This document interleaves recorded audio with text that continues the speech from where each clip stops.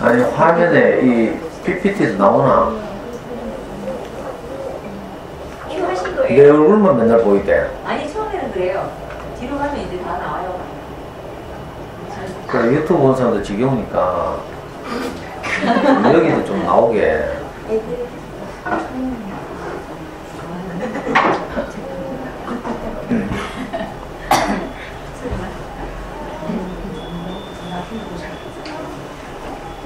명희 씨는 오랜만이다. 왜 그래? 비싸게 놀지? 무슨 똑똑하지? 지난해 한 번 알았어요. 일주일에 한 번밖에 안 오잖아, 한 번. 그러니까. 네.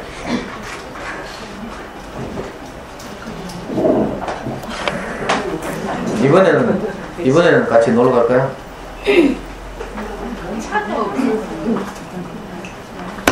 스테이트에 그 아줌마들 몇 명인데 차가 없어.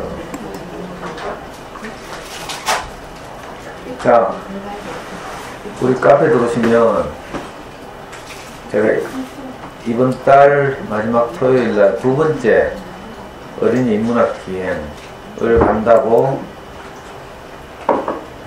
게시물을 하나 올렸습니다.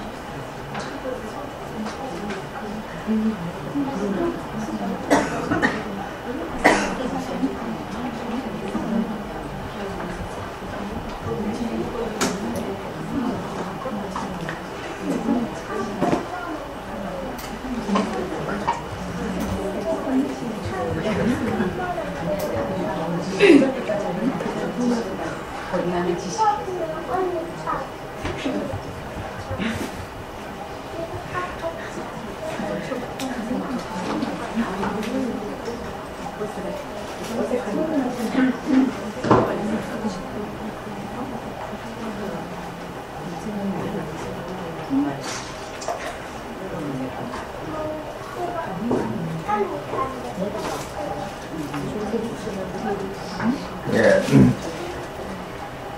뭐예요? 지난번 권정생 동안하라에 이어서 이번 달에는 한 달에 한 번씩 하여튼 놀러 가라고요. 가만히 보니까 주말에 엄마들 애들 연구소에 데리고 와서 뭐 책도 읽고 보드게임도 하고 이러려고 해도 전부 뭐 자기들끼리 가족 단위로 놀러 가고 이러길래 가족 단위로 놀러 가봐야 맨날 싸우잖아요. 저는 항상 출발하고 5분 지나서부터 싸우더라고, 우리 와이프하고. 열심히 간다고 출발했는데 뭐 카드 안 가지고 나왔다 하고 막 다시 차 돌리고 막 길 찾다가 또 싸우고요. 그래서 이 아이들 체험학습 다니는 것도 좋은 이웃들과 함께 다니는 것이 훨씬 더 재밌고 행복하고 이렇죠. 그래서 이제 특별한 일이 없으면 매달 마지막 주 토요일에는 아이들 어린이 인문학 기행이라는 좀 거창한 이름을 붙여서 이제 하려고. 이번 달은 11월 28일이 토요일, 마지막 토요일이죠. 그 유명한 우퍼누프 생태공원.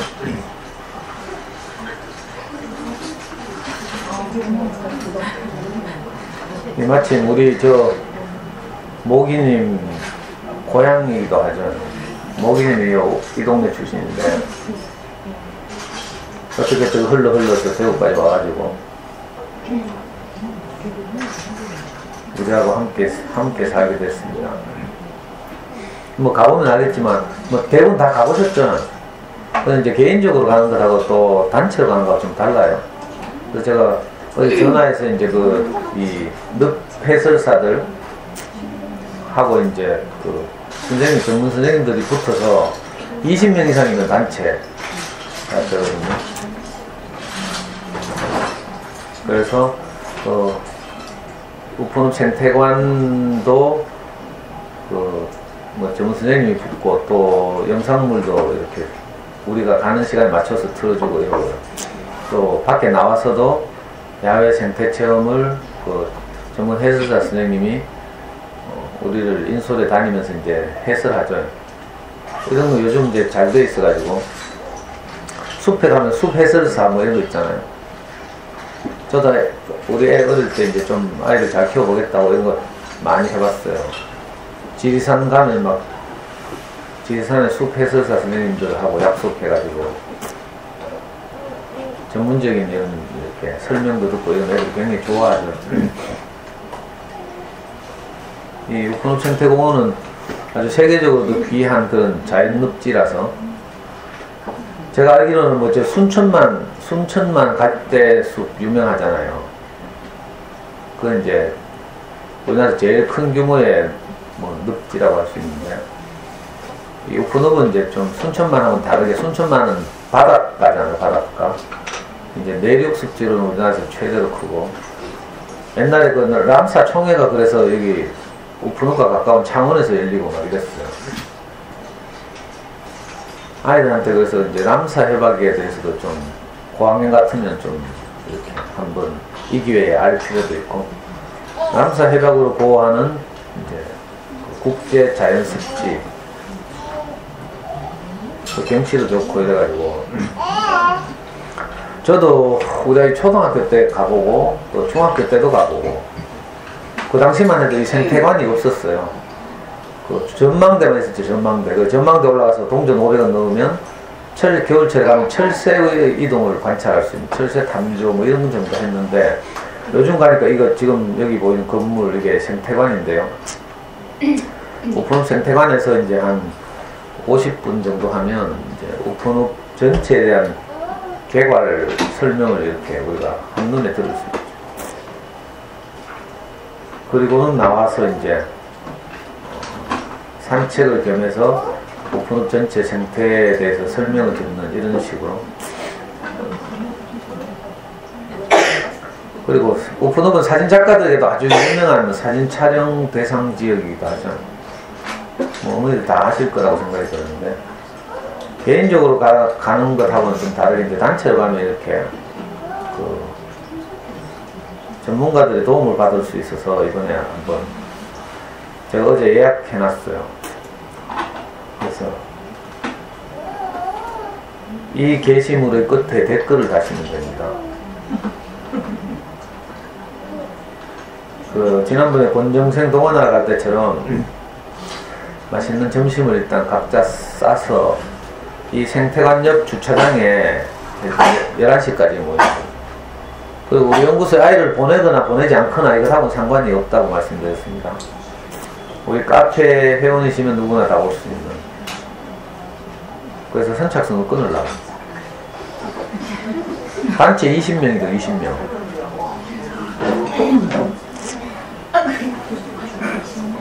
지금 현재 우리 동작 빠르게 우리 진원만은 벌써 댓글 달았네.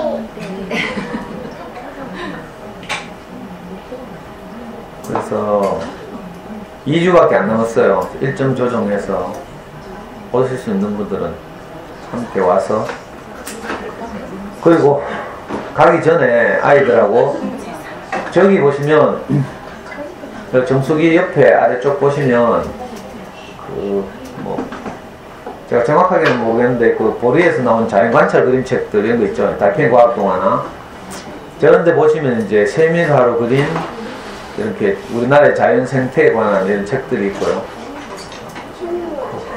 제가 다 기억 못하니까 아마 알라딘이나 예스24 이런 데서 검색해 보시면 늪지 생태계에 대한 뭐 이런저런 어린이 책들이 있을 수 있죠. 우fun읍으로 검색해도 책이 좀 나오긴 하던데 어린이 책은 잘 없고요. 장학년 책은 잘 없고 사진집 이런 건 좀 있죠.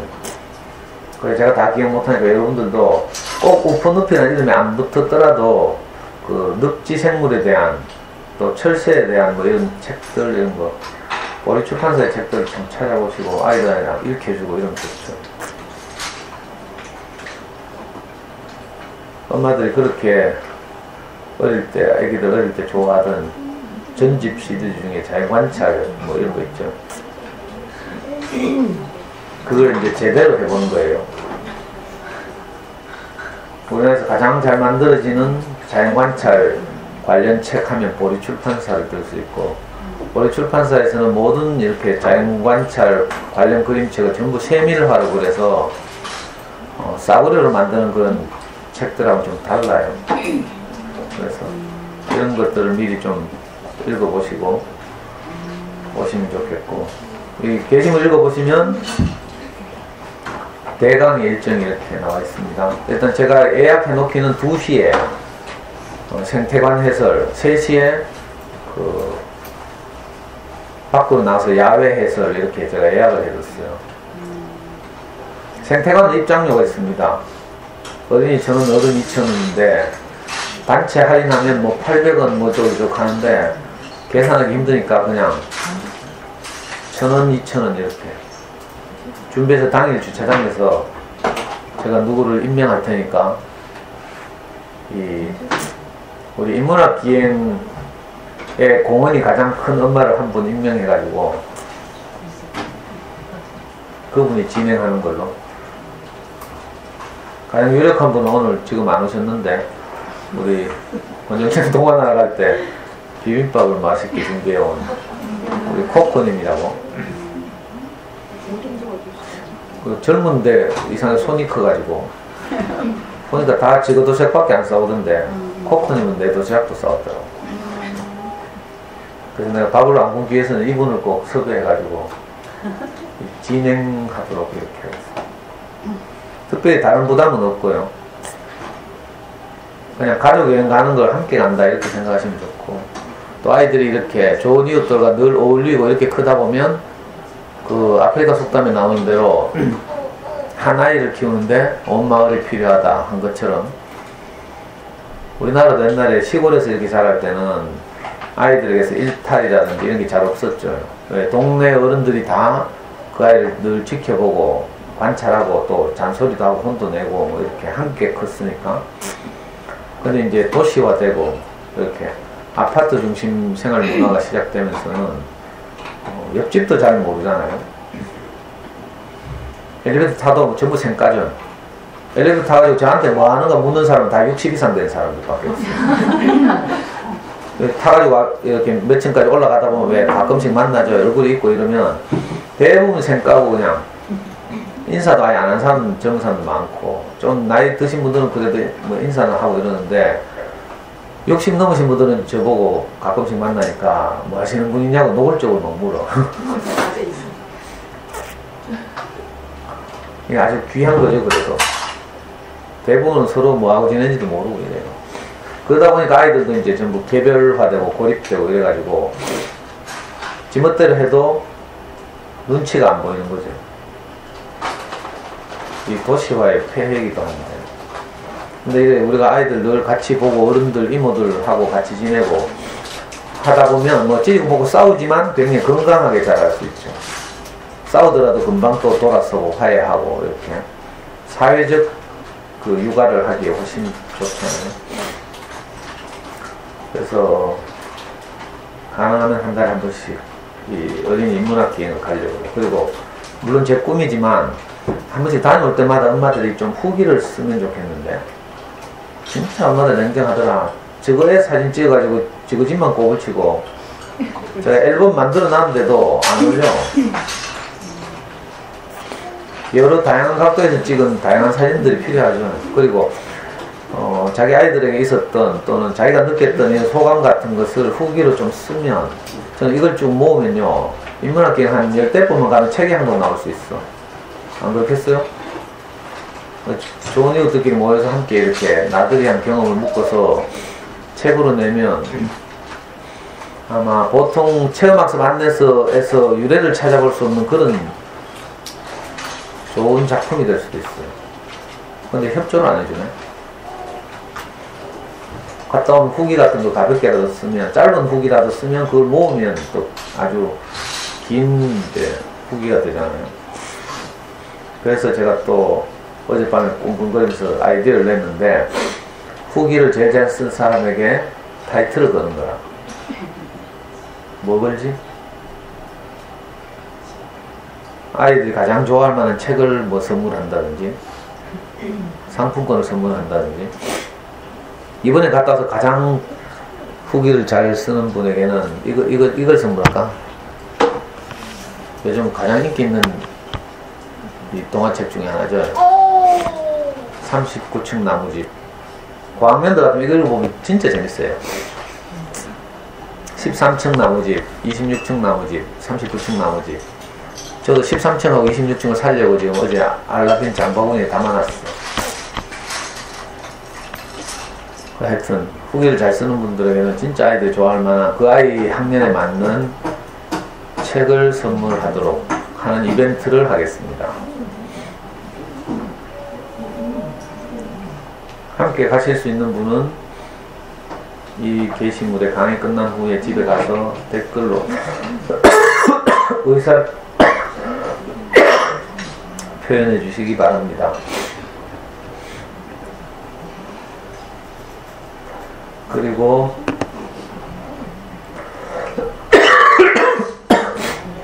어제 드디어 2016학년도 수능을 치렀죠.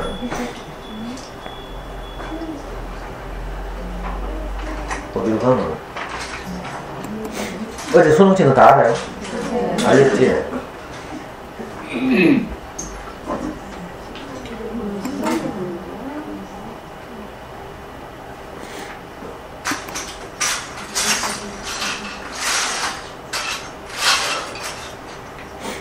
이것만 있어도 뭐 엄마들 아무것도 모를 끼고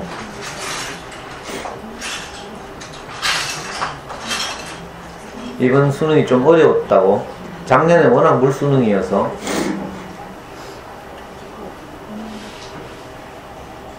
어머니들은 수능을 보면서 어떤 생각을 하면 되는가 하면요, 그 사교육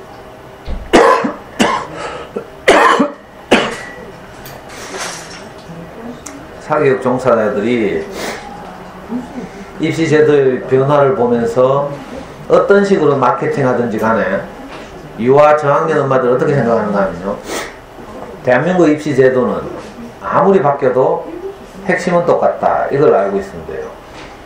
해방 이후 50년 동안, 50년 넘었지, 65년인가? 대한민국 입시제도는 똑같습니다. 학습 영역에서 말이에요. 학습 영역에서 우리 아이가 피해를 보지 않으려면 입시에서는 무조건 국영수를 잘하면 된다. 더 줄이면 수학을 잘하면 된다. 대학은 수학이 결정한다. 이것만 알고 있습니다. 입시제도의 변화가 전혀 영향을 미치지 않는 것은 아니지만 입시제도의 영향을 받는 것은 극상위권 일부에 불과해요. 그러니까 입시제도 바뀐다고 우리 애도 영향을 받을 거라고 생각하면 안 돼. 무슨 말인지 알겠어요? 입시제도가 바뀌어가지고 뭐 조금 뭐 어쩌고 이렇게 뭐 영어가 A형, B형 했다가 뭐 A, B형 없애고 뭐 수학을 가나형 했다가 없애고 이렇게 하죠. 그래서 우리 애들이 막 영향을 받을 줄 알고 유아 엄마들이 막 떨고 뭐 이렇게 하고 있어. 몰라도 너무 몰랐어 이런 일이 일어나요. 그 입시제도 때문에 대학이 바뀌고 이런 애들은 극상위권 애들. 극상위권 애들은 진짜 입시제도에 따라서 떨어질 수도 있고 붙을 수도 있고 이렇죠.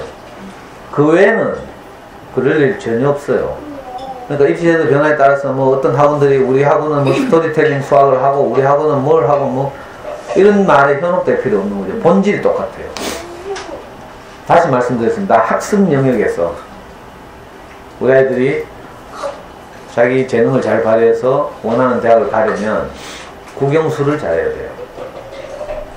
사탐, 과탐, 뭐 개사코, 뭐 국사가 뭐 수능 필수 과목으로 지정됐니 뭐 난리 부르스를 떨죠. 이런 건 입시에 거의 영향을 안 미쳐요. 이건 이제 엄마들이 점점 자라면서 아이를 키우면서 이제 그 입시의 핵심을 꿰뚫게 되면 이제 알 수 있는 그런 거죠. 그러므로 초등 시절에 노골적으로 말해도 되나? 상처받지 마요. 예를 들어서 초등 시절에 뭐 A+ 과학날을 한다. 이런 건 완전 사치예요, 사치. 무슨 말인지 알겠어요? 우리 아이가 사용할 수 있는 시간은 제한되어 있어. 이 사용할 수 있는 시간에 장기적으로 봐서 가장 중요한 것을 해야 되죠. 그렇지 않고 엄마도 또 이상한 이데올로기가 있더라. 나중에 크면 시간이 없으니까 어린 시절에 운동 하나쯤, 악기 하나쯤은 해둬야 된다. 다 이렇게 생각해. 그리고 운동 하나, 악기 하나 다 하고 있죠. 악기 2개씩 하기도 하고. 문제는 저하고 수업하는데 그놈의 악기 때문에, 태권도 때문에 내가 수업 시간을 바꿔야 돼. 이런 B급 어느 잠깐 쓰면 이런 개 같은 일이 일어나는 거예요. 지윤씨 오랜만이다. 방금 봤네. 나 죽은 줄 알았잖아.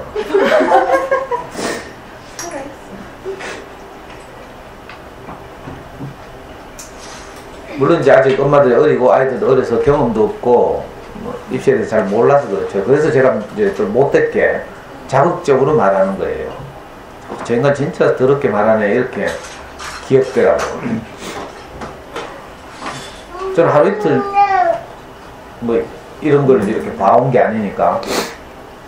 그래서 딱 어린 시절 할 건 3가지밖에 없다고 했어요. 다시 학습 영역에서 다운표하고 학습 영역에서 할 수 있는 건 3가지밖에 꼭 해야 되는 3가지밖에 없어요. 무조건 책과 친구가 되게 하는 거예요. 그리고 수학 공부를 자기 주도적으로 지 머리를 굴려서 하게 하는 것. 누가 설명해 주는 것은요 절대로 수학 실력이 늘지 않아요. 당장 그 문제를 풀 수는 있어. 내가 도와주면, 엄마가 도와주면. 그러나 지가 짱구를 굴리고 고생하고 뭐 울어보기도 하고 이래야 돼요. 어제도 3학년짜리 하나 저 때문에 울었잖아. 어떤 이제 4단원을 끝내고 단원 평가를 하는데 얘가 똑똑한 애라 수학도 좀 곧잘하고 똑똑하니까 까불겠죠. 그래서 먼저 이제 저는 이제 주어진 미션을 주고 먼저 수행하면 나가서 놀게 하거든. 그래서 애들 먼저 나가려고 막 서두르잖아요. 그러다 한 애가 아주 뭐 수학을 잘하는 애인데 아주 평범한 문제를 틀린 거예요. 틀리면 제가 체크해주고 다시 하게 하거든요. 만약에 개념을 진짜 몰라서 틀리면 내가 개념을 이해하도록 도와줘요. 그러나 개념을 몰라 틀린 게 아니라 문제를 안 읽거나 잘못 읽거나 뭐 이런 거 있죠. 이 아이가 충분히 풀 수 있는 문제 틀리면 제가 다시 이제 체크해 주는데 5번이나 다시 왔어. 처음에는 체크하지만 2번째는 별표하고 별표가 점점 늘어나죠. 그 어떤 문제 별표 5개 했어. 그러니까 보통 때는 굉장히 활발하고 까불던 애가 어제는 자존심이 상해가지고 막판에 막 울더라고. 저 앞에서는 그 눈물을 참더만. 그래가지고 마지막에는 도저히 안 돼가지고 내가 문제를 다시 읽어봐라 이렇게 했어. 그랬더니 큰 것부터 순서대로 나열하는 문제인 줄 알았는데 문제를 읽어보니까 작은 것부터 차례대로 나열하는 거야. 뭐 문제를 다시 읽어보고 이제 그 자기 잘못을 알아차리고 해결하고 밖에 나왔어요. 나와가지고 안경을 막 벗고 막 우니까 엄마가 막 쫓아가 또 위로하고 막. 자, 이런 기억이 있어야 돼. 얘는 아마 그런 이제 큰 것 뭐지? 작은 것부터 순서대로 또는 큰 것대로 순서대로 이런 문제는 잘 안 틀릴 거라 이제. 5번이나 빠꾸 당하면서 정말 자존심을 상하고 제일 마지막까지 남아서 그 문제를 해결하고 나갔으니까 이런 게 자극이 된 거죠. 자극. 왜 뇌과학 전공하시는 분들 보면 우리 아이들이 이제 인간이 정보를 뇌 속에 저장하잖아요. 그 저장하는 단위를 뉴런이라고 부르죠. 뉴런 속에 여러 가지 정보를 저장하는데 이 저장된 정보가 여러 가지 다양한 정보들이 시냅스로 연결되어 있다고 하죠. 그래서 회로를 그 뉴런과 뉴런사를 연결하는 회로를 시냅스라고 불러요. 그러니까 정보가 저장되는 게 중요한 게 아니라 이 저장된 정보들이 효과적으로 잘 연결돼야 돼. 시냅스 회로를 통해서. 그런데 한 번 딱 틀리잖아요. 시냅스로 잘못 연결해서 틀려. 그러면 계속 틀려요. 여러분들 옛날 공부해봤을 거야. 수능이나 뭐 이런 거 해보면 이상하게 틀렸던 거 물론 1시간 후에 풀면 맞아. 다시 기억나니까 답을 외우고 있으니까. 그런데 한 일주일쯤 지나서 다시 하면 또 틀려요. 한 달쯤 지나서 해도 또 틀려요. 이거 왜 그런가 하면 시냅스 회로가 여전히 그대로 있기 때문에 그래요. 자, 이럴 때 시냅스 회로를 바꾸는 방법은 충격을 준 거죠. 충격.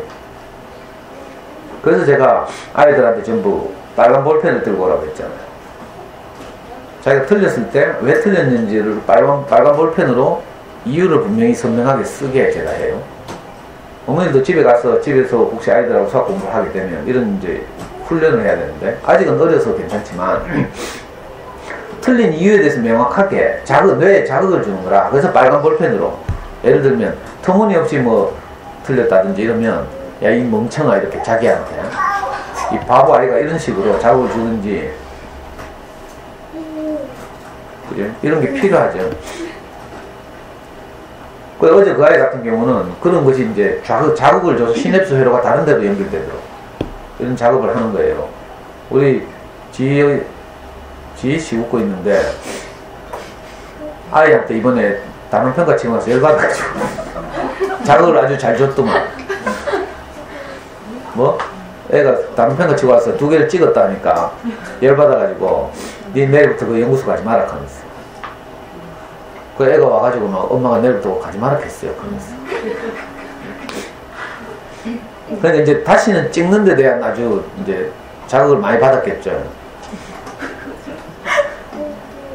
내가 보기 그 정도 했으면 잘했는데. 어제 타기도 하고 애가 참. 그리고 이런 수학 공부 습관은요, 자기도적 수학 공부 습관은 저학년 때 금방 하루 이틀에 잡히는 게 아니에요. 그래서 오랜 기간 이런 연습을 통해서 변화하고 습관이 되는 거죠. 그래서 목숨을 걸고 책과 친구가 되게 하는 작업, 다른 하나는 자기 주도적으로 수학 공부를 하게 하는 작업, 다른 하나는 뭐라 했어요? 영어를 언어로 여기고 습득하게 하는 작업. 이 3가지만 하면 돼요. 나머지는 다 사치라는 걸 알아야 돼요. 제가 보기에 국영수를 잘하면서 사탐과탐을 못해가지고 좋은 데 못 가는 놈은 한 놈도 못 봤어요. 국영수를 잘하면 당연히 사탐과탐은 아주 쉬운 과목이 돼요. 기타 과목이죠. 기타 과목 노골적으로 말하면. 우리 애가 입시를 할 때는 사탐 같은 것도 4과목 했어요. 과탐도 4과목. 수능 칠 때. 자연계를 가는 애들은 물리 원투, 화학 원투, 지구과학 원투, 생물 원투, 이 8과목 중에서 4과목을 선택했고, 인문계에서는 11과목 중에서 4과목을 선택하고 이랬어요. 사탐 과목이 굉장히 많은 것 같았죠. 우리가 4과목인 시절도 그래요. 지금은 수능에서 사탐은 1과목 치나? 2과목 치나 이렇죠. 4과목 쳐도 사실은 국영수에 비하면 이 영향력이 아주 미미하고, 실제로 대학들이 그걸 반영하는 방법이 완전히 엄마들은 모르는 방법이에요. 예를 들면 국영수는 그죠? 수능 결과를 그대로 반영하지만 사탐이나 과탐은 다 가공해요. 가공. 원점수 500점 만점의 사탐과 사탐이나 과탐은 200점이 만점인데 200점을 그대로 반영하는 게 아니에요. 낮추고 또 낮춰서 반영률이 아주 형식적이 되도록 이렇게 해야죠. 그런 건 이제 해마다 달라지는 거예요. 그래서 엄마들 잘 몰라도 되고, 아주 간단히 생각하면 이래요. 국영수 이외의 다른 과목들은 입시에 거의 영향을 미치지 않는다. 이렇게 무식하게 생각하면 돼요. 우선 이 초등 저학년, 초등학교 시절 유아 때는 이렇게 생각해야 딴짓을 안 해요. 지금은 뭐 나중에 되면 시간이 없으니까 지금은 뭐 이것저것 해보자. 이건요 진짜 거꾸로 가는 생각이죠. 나중에 시간이 없기 때문에 지금 뭐 해야 돼요? 아이가 책과 친구가 돼요. 중학교 이상 올라가면 책 시간이 많이 없죠. 영수학원을 예를 들어서 한 2군데만 딱 보낸다고 생각해봐요. 영수학원을 중학생이 돼서 수성구에 실어 나온다고 생각해봐. 아니 뭐 여기도 많이 생겼으니까 그러면요 월수금 수학 가고 화목 영어 간다고 해봐요. 학원들이 가만히 있겠어? 숙제 왕창 내주죠. 초등 고학년만 돼도 학원 숙제 받으면요 자기 학교 숙제하기 어려워요. 그러니까 이미 중학교 가면 책 읽을 시간이 정말 없죠. 자기 주도적으로 학원 안 다니고 크는 아이들도 고등학교 올라가면 책 읽을 시간이 없어요. 학교에서 야자한다고 붙들고 있어요. 그러니까 그때 가면 진짜 이거 할 뭐지? 중요한 것에 대한 기초를 잡을 시간이 없는 거죠. 그래서 정말 답답한 엄마들은 할 수 없이 논술 학원 보내게 되어 있어요. 그러니까 그 짓을 하지 말고 미리 어릴 때 다른 짓 하지 말고 뭐 제가 보기엔 다 사치예요. 뭐 진짜 내가 못되게 말하지만 이거 다 태권도 보내고 피아노 하고 하니까 내가 참 욕먹을 생각하고 이런 말 용기 있게 하려고 해 나도 좀 혹시 안 올까봐 내한테 상처받아. 근데 제가 어떤 자극을 주고 싶어서 이런 말을 하는 거예요. 그런 건 안 해도 돼. 피아노는요, 나중에 25살 넘어서 하고 피아노 다니면서 피아노 배워도 돼요. 요즘 슈퍼스타 K 보니까 뭐 뒤늦게 배워가 기타 배워가지고 나오는 놈도 있고 뭐 이렇더라고. 물론 이제 재능이 다른 데 있으면 좀 다른 문제지만 아직 아이들이 어리고 엄마들 학습 아직 포기 안 했죠? 그 포기 안 한 엄마들한테 말하는 거예요. 학습 포기했고 우리 애는 예체능으로 갈 거야. 이런 엄마들은 완전히 다른 관점을 가져야 돼. 그죠? 근데 그런 엄마들이 없어. 자기의 학습을 포기하는 엄마들은요, 내가 보기에는 중학교 때 꼴찌를 해도 포기를 안 하더라고. 저하고 제 강의를 10년 이상 저 미화하고 동기 중에 그런 엄마 있어요. 지금은 뭐 저하고 이웃이 돼가지고 함께 살고 저보고 오빠하고 이러니까 아무 거리감이 없으니까 말하는 거죠. 아이가 정말 객관적으로 봐도 공부에 재능이 없어. 아들 둘 다 월서 초등학교 나왔어. 월서 얼마나 센데요. 거기서 그 90몇 % 하니까 완전히 꼴찌잖아. 내가 딱 봐도 정서적으로도 불안하고 엄마 아빠 맨날 싸우고 막 이러는 바람에 지금은 안 그렇지만 그래서 내 같으면 빨리 파악하고 기술을 가르치든지 아니면 뭐 악기를 가르치든지 무슨 수를 내겠구만. 그게 안 되더라고. 형편되고 하니까 할 수 없이 과외 붙여가지고 고등학교 때까지 영수 과외를 해. 영수는 어릴 때 제대로 안 하면 뭐 중고등학교 과외 해봐야 돈만 그냥 버리는 거죠. 엄마 불안하고 그러니까 위로 삼아. 그래도 안 되잖아요. 둘 다 그래서 공고를 갔어요. 냉정하게 생각하면 공고 가서 이렇게 지금은 그 집에 큰 애는 지금 고3이 돼가지고 의젓하게 공고를 잘 이렇게 공고 시절 보내고 벌써 취직했어. 그래 가족을 아주 기쁘게 했어요. 이런 길도 있는 거죠. 근데 냉정하게 생각하면 그러니까 중고등학교 때 과외비는 다 날린 거죠. 날린 거. 근데도 이게 포기가 안 되나 봐. 이게 부모 마음이지, 부모 마음. 그러니까 여러분들은 뭐 아무리 개사도 막 우리 애는 뭐 저는 공부는 뭐 괜찮고요. 뭐 인간만 되면 좋겠어요. 라고 말하지만 속으로는 전혀 다른 생각을 가지고 있죠. 그러니까 이왕이면 주어진 시간을 효율적으로 잘 활용해서 어쩌든지 우리 아이들이 조금이라도 더 나은 결과를 내도록 엄마들이 도와야 되잖아요. 그렇기 때문에 제가 엄마들한테 이런 자극적인 말을 합니다. 옛날에는 제가 이런 말 많이 했어요. 고등학생 엄마들 제 강의들을 많이 봤기 때문에. 지금은 이상하게 이거 자꾸 낮아져가지고 전부 유아 저학년 엄마들만 있어가지고 뭐 이런 말 해봐야 무슨 말인지 모르고 뭐 내가 캐도 안 들으니까 애들 뭐 이렇게 뭐 한 번 오만 번 많이 해. 바빠가지고 공부를 잘하려면 절대로 애들 바쁘면 안 돼요. 물론 엄마들 안 바쁘다고 생각하겠지. 그러면요 다 대충 하게 돼요. 책을 읽는다고 책을 주죠? 대충 읽어요. 대충. 이것저것에 쫓기기 때문에 왜 놀 시간이 있어요. 여기 와서도요 바쁘게 돌아다니는 애들이 여기 와도 똑같아요. 여기 온다고 무슨 비결이 생기는 게 아니고 시간이 쫓기고 이러면 자기가 충분한 놀 시간이 없어요. 충분한 놀 시간이 없으면 집중을 못하죠. 그래서 대충 과제를 대충 소화하죠. 우리 여기 지금 자우수관 고학년들도 컨디션 나쁘잖아요.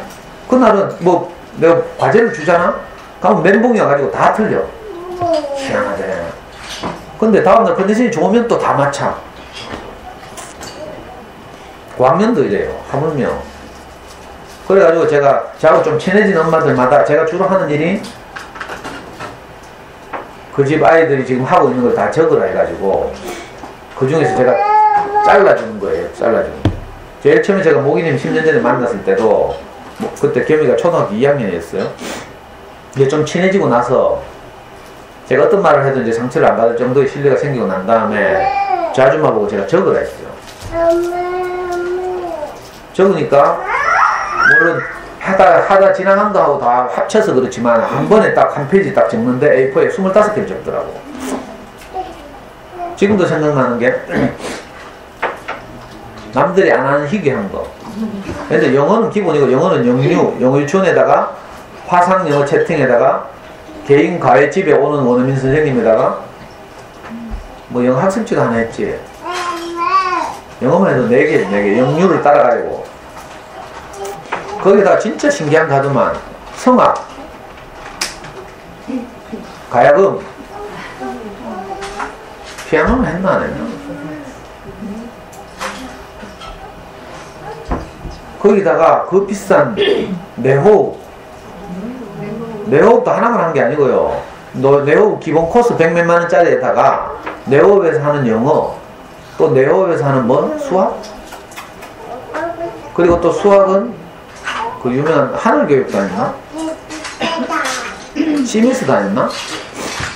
CMS, 또 집에 오는 방문학습지, 뭐 등등등등등등. 그러니까 애는 어역이 없고 우리 겸이가 지금 보면 얼마나 막 애가 사랑스럽게 자란지 몰라. 근데 그 당시에는 내가 처음 만났을 때 어쩐지 알아요? 정말 엄마가 저 엄마가 가끔 귤에다 쓰죠. 진짜 소금에 절인 배추같이. 애가 자존감은 하나도 없고요. 저하고 레스토랑에 만나서 선생님하고 식사를 한다는데 애가 엄마 따라 왔잖아요. 차에 타서 보면 겸이가 저렇게 돌아다니는 게 아니라 엄마 옆에 쫙 붙어가지고 이렇게 초등학교 2학년 당시에 전에도 한번 말씀드렸지만 우리 형 병원에 이제 인사를 시키러 데려갔어요. 그때 왜 갔지? 하여튼 제가 우리 형 만날 일에서 갔는데 겸이하고 겸이 막 같이 갔는지 뭐 하여튼 갔어. 그래 우리 형 진료실에 이제 같이 들어갔어요. 그랬더니 우리 형이 또 애를 보더니 뭐라고 말하는지 알아요? 괜찮다 하면서 우리 교회는 특수 교육을 전공한 선생님들도 많고 하면서 막 위로를 한 거예요. 저 엄마한테. 우리 형이 딱 보기엔 장애한 줄 알아. 장애야. 자폐야. 처음에 겸이 인상이 그랬어요. 왜 그런 줄 알아요? 좋은 걸 너무 많이 시켜가지고 자기 시간은 없고 주눅 들고 약해서 엄마한테 뭐라고 강력하게 어필을 못하고 이렇죠. 애들이 혹시 좀 약간 사인을 보내면 엄마들은 또 그 화려한 언변으로 겁을 주죠. 이거 안 하면 니 나중에 어디 되는 줄 아나 하면서 막 애들이 뭐 엄마만 들으니까 지당 100번 들어도 지당한 말씀을 하니까 또 가고 이래요. 아이고 내 엉뚱하니 수능 어제가 수능이라 가지고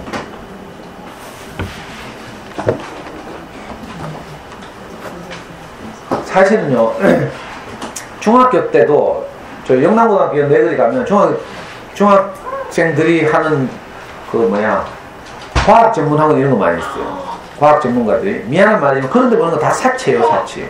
입시는 과학 때문에 어떤 데를 못 가고 하는 게 아니에요. 근데 엄마들이 우리 애 과학 못하니까 중3 때 미리 과학을 그죠? 전문학원이라고 하죠. 단과 전문학원 이런 데 보내서 좀 보완을 해서 고등학교 가야 되지 않나 이렇게 생각하고 중학교 말에 막 그런 데 막 보내더라고. 이거 전부 사치죠. 그러면 과학 공부할 시간에 뭐 해야 돼요? 국영수 공부를 1시간이라도 더 해야지. 진짜 몰라. 내가 흥분하면 안 되는데. 저는요, 아이를 키우면서, 저 뭐야, 칸막이 부서졌지. 어제 사온 건데. 애 안 다쳤나? 이거 아주 좋은 태도다. 이게 정서에 초점을 맞추는 거고. 저는 물건에 초점을 맞추고. 아예 안 다쳤나? 이건 정서에 초점을 맞춘 거예요. 아주 좋은 태도네. 빠졌나? 부러졌나, 저거? 아, 다행이네. 부러졌으면 저 엄마.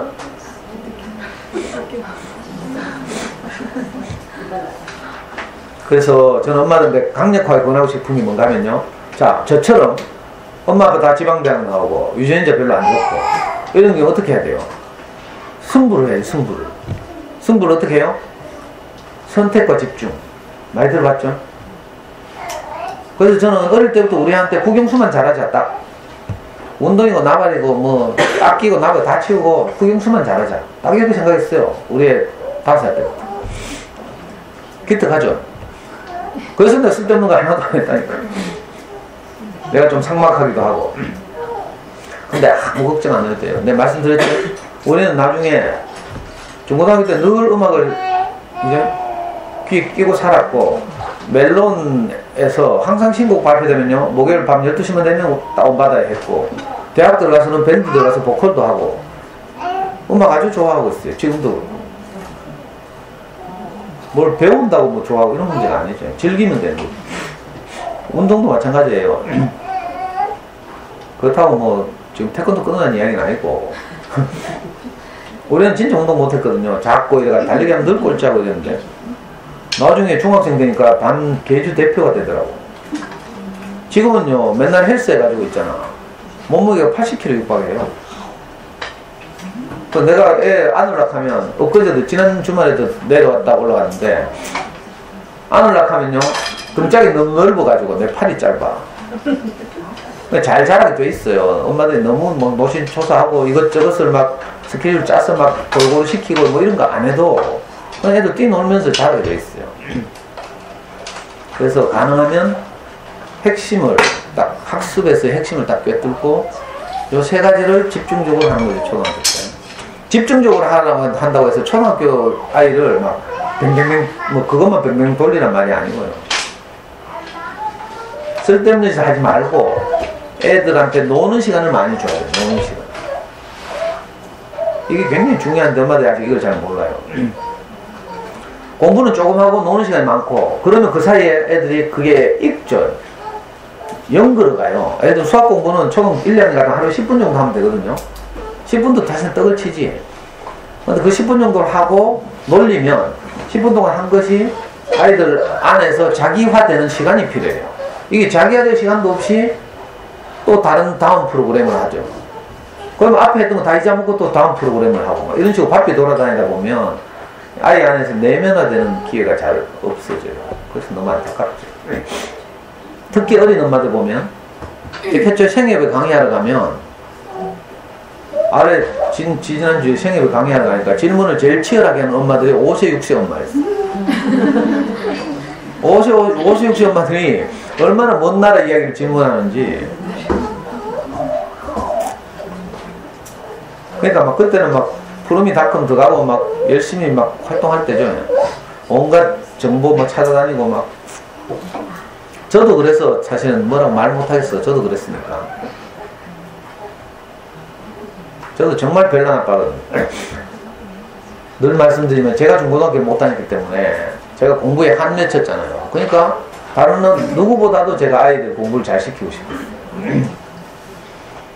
그래서 저는 우리 아이가 5살 때 민사고 입시 설명회를 갔다 했어요. 계대 민사고에서 입시 설명회를 하러 왔는데 민사고 측의 입시 설명을 듣고 난 뒤에 가장 많은 질문한 사람이 저예요. 5세 아빠가. 웃기는 있죠. 잠순에서 가장 유명한 아빠가 저잖아요.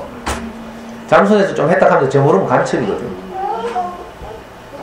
어느 정도 가면 저는 우리 아이 고등학교 때 모든 모의고사 성적을 잠순에 다 공개했어요. 그만큼 내가 자신도 있었고. 보통은 자기 성적을 공개 못하죠. 저는 잠순에서 우리 아이 모의고사 성적을 다 공개하고 분석하고 그때만 해도 제가 우리 아이 전국 수석할 줄 알았어요.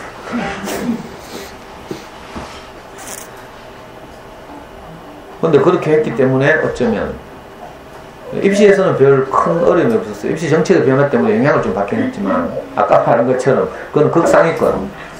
상위 한 0. 상위 1% 안에 드는 아이들. 서울대를 가려면 보통 상위 0.2% 안에 들어야 0.2% 안에 든다고 합격하는 게 아니고요. 0.2% 안에 들면 옛날 같으면 뭐 논술을 쳐볼 기회를 얻는 거죠. 그러니까 적어도 그 정도 언저리에 있는 아이들은 이제 입시 제도의 영향을 많이 받게 됐어요. 그러니까 제가 이런 이야기 다시 잘 할 기회가 없을지 모르니까 꼭 기억해 두시기 바랍니다. 학습 영역에서는 국영수 3가지만 하면 된다. 나머지는 사치다. 뭐 역사 뭐 이런 것마다 걱정 많이 하더라고. 아니 국어 잘하는 놈이 역사를 못할 것 같아요? 천만의 말씀. 책만 읽고 있는데 역사 못할 일이 없지. 과학 못할 일이 없어요. 반대로 역사는 억수로 좋아하는데 수학 못하는 놈은 셌어. 아니면 역사만 좋아하는 거지. 그리고 매니아라고 부르죠. 일본말로 오다쿠. 특정 과목만 좋아하는 애들 있어요. 과학만 좋아하는 애들. 이런 애들은 가끔 있어요. 과학 영재가 될 수는 있어. 그러나 이런 애들이 과학 잘한다고 일반적으로 국영수를 다 잘하는 건 아니에요. 입시에서는 국영수를 다 잘해야 되죠. 물론 특별한 무슨 이상한 전형으로 가는 거 있잖아요. 올림피아드 화학 세계 1등 해가지고 예를 들면 카이스트 화학과를 간다, 포공 화학과를 간다, 이런 애들은 이제 예외로 하고 일반적으로 과탐이나 사탐, 사회나 과학 같은 것은 책을 좋아하고 공부를 정상적으로 해왔다면, 수업을 정상적으로 받는다면 그건 아무것도 아니에요. 어려운 거 아니에요. 한 과목에 한 달 정도만 하루에 1시간씩 공부하면 수능에서 1등급 정도 받는 건 아주 쉬운 일이에요. 이건 공식처럼 공부한 게 다 나와 있어요. 초등 엄마들 아직 몰라서 말해도 못 알아들어요. 그러니까 에너지를 효과적으로 사용했으면 좋겠다. 제가 하도 보고 말씀드린 거예요. 어제 밤에도 여기 오는 어떤 애가 아래구나. 토요일마다 어디 가는 수학 수업이 있어. 이 엄마가 유튜브를 검색해가지고 우리 강의를 알게 됐어요. 유튜브에서 잠수는 영어 검색했다가 제 강의를 알게 돼가지고 유튜브에서 강의를 듣다가 우리하고 연결됐어. 공교롭게도 바로 옆에 아파트 살아요. 그래서 이제 지금 그 꼬마가 우리한테 오는 초등학교 2학년짜리 아이가 있는데, 이 엄마가 유튜브 검색을 좋아하다 보니까 수학 공부도 유튜브로 검색한 거야. 그래가지고 기발한 수학 공부하는 학원을 하나 찾아냈어. 침산동에 있어. 주말마다 일주일에 한 번씩 그 침산동에 실어 나르고 있잖아. 여기서 멀리서 저하고 책 수업하려고 멀리서 오는 것처럼. 그래서 수학을 하러 토요일마다 침산동 가는 거야. 초등학교 2학년짜리가. 그 애가 이제 싫어하고 힘들어하고 이러죠. 그래, 저하고 어떤 이야기를 하다 이 꼬마가 지난 주말에 경주에 얘들이 놀러 갔거든, 가족이.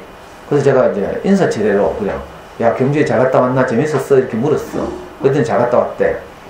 그날, 지난 주말에 비가 왔거든요. 비 오는데 힘들지 않았나? 이렇게 물으니까 이 꼬마가 하는 말이, 수학하러 가는 것보다 나았어요. 그 말 딱 듣고 내가, 싶어가지고 애한테 자세히 이제 물어보니까, 저는 거기 가는 줄은 알고 있었는데, 엄마가 저를 만난 지가 1년이 안 됐기 때문에 제가 노골적으로 끝날 소리를 못 하겠고 상처받을까봐 그냥 가만히 있었죠. 근데 그 아이가 그런 이야기를 먼저 꺼내. 그리고 또 놀러 갔다 오면 보강을 가야 되는 거야. 그래, 어제가 보강날이라. 그러니까 금요일 밤만 되면 여기 연구소 놀러 와서 엄마가 저하고 같이 토라스쿨 모임 하니까 밤 11시까지 여기서 놀아요. 놀고 토요일 되면 늦잠 자야 되잖아. 근데 그거가 아니라고. 늦잠 못 자고 맨날 토요일마다 실려서 거기 가고. 그러니까 엄마도 피곤하고 죽을 지경이고 애도 그렇고. 애가 그렇게 말하면서 이제 눈빛이 초롱초롱 하더라고. 그래가지고 제가 그럼 쌤이 엄마한테 말해줄까 하니까 말해달래.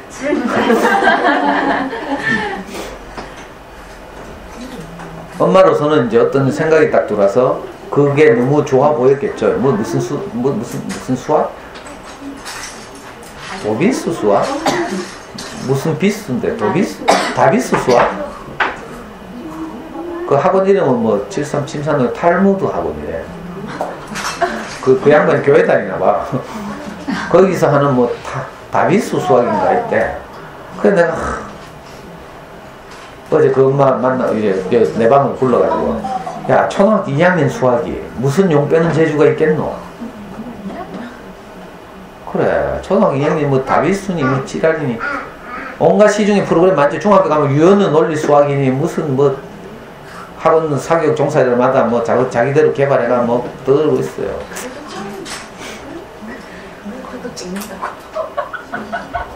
팩토니 지랄. 요즘 젊으면 또 팩토 좋아하지. 팩토. 옛날에는요 하늘교육 좋아하고 CMS 좋아하고 그 흐름이 다 있지. 흐름. 창의 수학, 사고력 수학, 지랄, 아유, 그 브랜드, 광고, 이런 데 전부 현혹돼가지고. 그래가지고 엄마 불러가지고 어제 애 마음을 이야기했어. 그랬더니 엄마가 하는 말이, 그러면 이번 달만 다니고 끊어 교육하더라고. 내가 당장 끊어라. 어차피 끊는 거 좀, 그 애한테 물어보니까 애는 당장 끊으라 하잖아. 애가 나가면서요, 걔가 웃는 애가 아니야. 절대로 말도 없고요, 과묵하고 여자애가 항상 포커페이스인데 어제 신발 신고 나가면서 저것만은 못 봤어. 나는 봤어. 애 코가 벌렁거려, 코가. 아, 진짜로.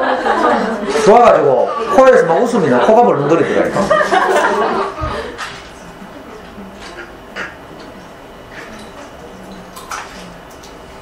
네, 어제 그 일도 있고 해서 이제 엄마들께 말씀드리는 거죠.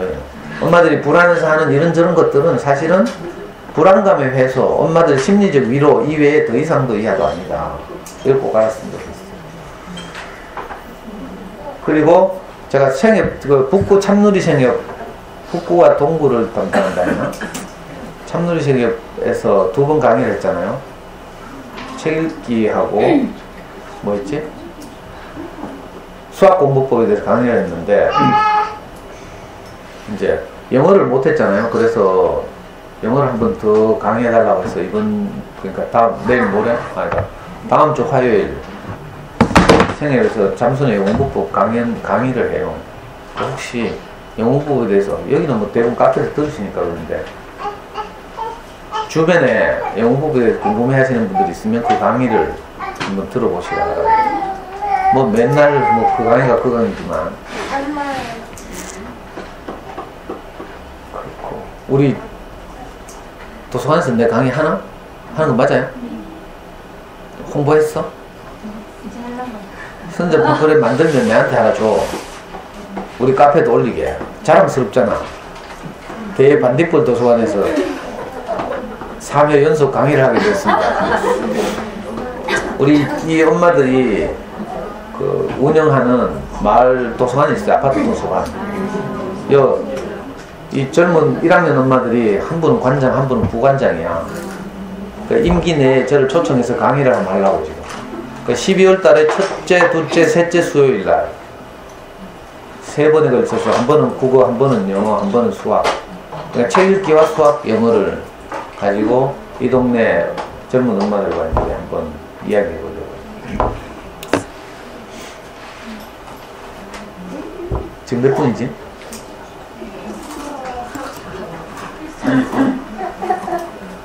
근데 제가 이거 옛날에는 이런 이야기 많이 했는데 오늘 갑자기 내 필바다 이야기하는 거니까 꼭 기억해둬요.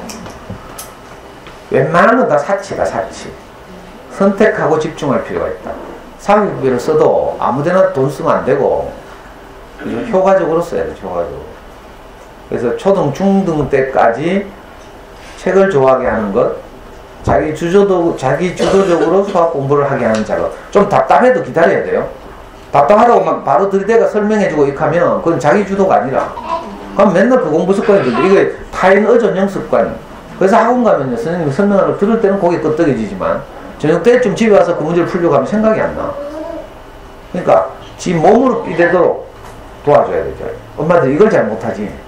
답답해하고 있으면 막 애들 못 풀고 끙끙거리고 머리 쥐 뜯고 있으면 뭘 던지든지 아니면 자기가 가서 도와주든지 뭐 이렇게 하거든. 그걸 네가 해보라고 자꾸 이제 기회를 주고 기다릴 필요가 있어요. 자기주도적으로 그래? 경험해 볼 수 있도록 하는 작업. 그리고 영어를 언어로 여기고 모국어를 습득하듯이 영어를 습득하게 하는 작업. 이 3가지만 하면 돼요. 그거 하고 나중에 국영수가 전국 1% 안에 들거든. 그때 이제 여유를 부려서 이제 뭐 역사책도 좀 읽고 과학책도 좀 읽고. 아니 농담 아니에요 저는. 국영수도 제대로 안 되는데 다른 거 하고 있어. 이건 시간 낭비라고요. 해봐야 소용도 없고 입시에 영향이 도움도 안 되고 이러니까. 그러니까 국영수가 상위 1% 되는지 여부를 잘 모르겠다. 그럼 저한테 데리고 오면 돼. 저는 다 알았어요. 아주 간단해. 첫째, 우리 아이가 상위 1% 안에 드는지 여부를 판단하는 첫째 방법. 자, 교육청 영재교육원에 영재로 선발되었는가? 아주 간단해요. 2001년도인가 그 조석희 박사의 주도로 국회에서 영재교육법이 통과된 이후로 공식적으로 이제 교육청 영재교육이 시작됐죠. 그래서 교육청별로 60명씩 영재들을 뽑아서 가르쳐요. 그 교육청 영재라고 하죠. 개인적으로 더 뛰어난 애들은 경대부설 영재원 가 있고 하지만 일반적으로 이 교육청 영재교육원 선발은 어떻게 하는가 하면 학급당 0.5명씩 학교 대표를 선발해. 무슨 말인지 알겠어요? 6 학급을 가진 학교 같으면 3명을 학교 대표로 내보낼 수 있어. 그래가지고 교육청 단위로 모아서 다시 그 선발 시험을 치르죠. 선발 시험을 치러서 교육청당 60명을 뽑아요. 처음에 3학년에서 4학년 올라가는 겨울 방학 때 이 작업을 해요. 그러니까 3학년에서 4학년 올라가는 겨울 1월달 되면 12월달쯤 되면 학교 대표가 선발되고, 학교 대표는 보통 학교들은 이제 평소에 선생님들이 관찰했다가 수학과학에 재능이 있는 애들을 따로 불러서 시험을 쳐요. 학교 선발 시험은. 근데 어떤 학교는 엄마들이 별나가지고 왜 우리 애들한테 기회도 안 주노 해가지고 전교생들을 다치게 하는 학교도 있긴 있어. 그렇게 해서 0.5명씩 뽑죠. 그래가지고 교육청 선발팀에 보내. 거기서 다시 뭐 한국교육개발원 이런 데서 그 만든 문제를 가지고 60명을 초기에 뽑아요. 그리고 이 60명이 4학년에서 5학년 올라갈 때는 20명씩, 40명씩 탈락하죠. 20명씩 탈락하지. 60명이면 20명은 탈락하고 20명은 보류되고 20명은 통과하고, 그리고 보류된 20명과 또 새로 뽑는 20명 뭐 이렇게 경쟁해가지고 다시 60명 만들고 이런 식으로. 이게 교육청 영재 제도죠.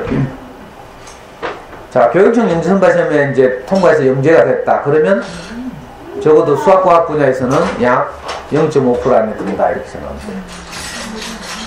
우리나라 그 교육청 산하에 있는 학생 수하고 영재 수 이거 하면 보통 넉넉 잡아서 0.5% 정도 안에 든다. 이렇게 생각하면 되고, 이 아이들이 보통 잘하면 70-80%는 연고대 이상을 진학하게 되죠.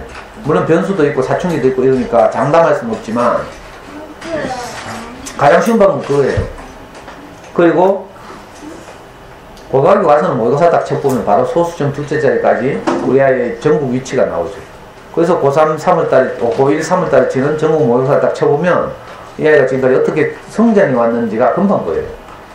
고3, 고1 3월 첫 모의고사는 중학교 3학년 전과정을 대상으로 해서 수능시험과 같은 형태로 시험을 치거든요. 학교 내신 시험과 완전히 달라서 거기 보면 국영수 공부를 어떻게 하는지 다 드러나요. 그래서 고등학교에서 야간 자율학습을 할 때 영재반 또는 심화반을 뽑죠. 보통 학교에서 뭐 몇십 명씩 뽑는데 그때 어떻게 뽑는지 알아요? 똑똑한 정신 있는 학교들은 국영수 성적을 보고 뽑아요. 고3 3월달에 국영수 성적. 사탐 과탐은 안 봐요. 왠지 알아요? 사탐 과탐은 공부하면 되거든. 그래서 그 아이의 실력을 냉정하게 평가하는데 기타 과목은 고려 대상이 아니에요. 국영수 성적이 얼마나 되는가를 가지고 학교 자율학습할 때 보통 무슨 뭐 특설반을 뽑는 데 사용하고, 또 어떤 학교는 거기에다가 최초 중간고사 성적을 합산하는 데도 있고 내신 성적을 합산하는 데도 있고 뭐 이런 식이죠. 근데 가장 중요한 지표는 첫 모의고사의 국영수 성적.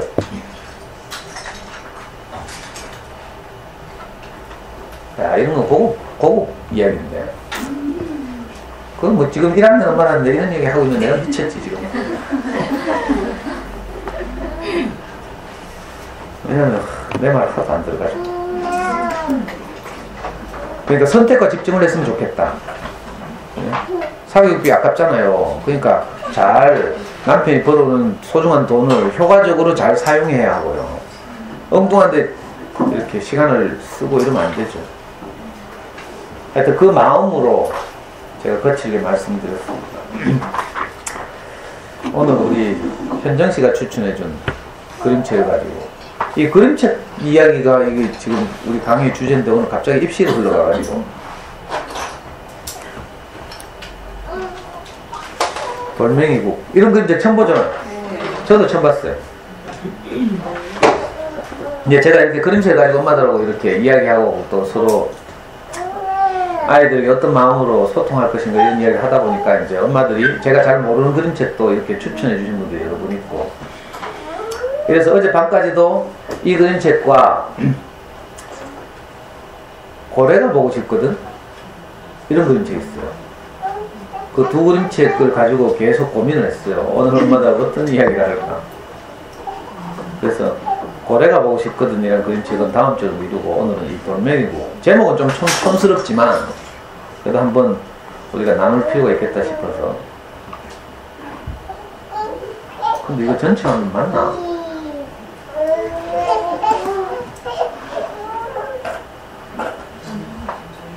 존무스가 그랬고, 번역을 누가 했는가 하면 이현주라는 분이 있어요. 이현주 씨는 유명한 목사죠, 목사. 근데 그냥 단순히 편협하는 기독교 목사가 아니라 굉장히 개방되고 열려있어서 이렇게 스님들과도 잘 소통하고, 권정생 선생님과도, 권정생 선생님 유언장에도 나오는 그런 분이죠. 아주 진보적인 목사.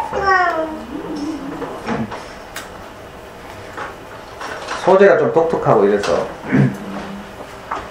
제가 우선 한번 읽어볼게요. 세 분의 스님이 있었는가요? 복, 록, 수. 그 스님의 이름이에요. 복은 무슨 말인지 알겠죠? 록, 수. 록이 뭐더라? 하여튼 뭐 좋은 이야기예요. 각각 이렇게 우리 동양 사람들이 생각하는 행복의 뭐 이렇게 몇 가지죠. 복이 많은 것, 수는 이제 오래 사는 것, 록은 무슨 뜻인지 잊어버렸는데, 하여튼 이 세 이름을 가진 세 스님이 산길을 따라 여행하면서 고양이 수영과 해님 빛깔과 남에게 베푸는 일에 대해서 이야기를 나누었어. 나이가 제일 많은 어린 복스님이 셋 가운데 가장 지혜롭고 나이가 많은 수스님에게 물었지. 하여튼 이거 띄어읽기를 잘하니까 이상해졌죠. 나이가 제일 어린 복스님이 셋 가운데 가장 지혜롭고 나이가 많은 수스님에게 물었지. 스님, 무엇이 사람을 행복하게 하나요? 어디 함께 알아보자.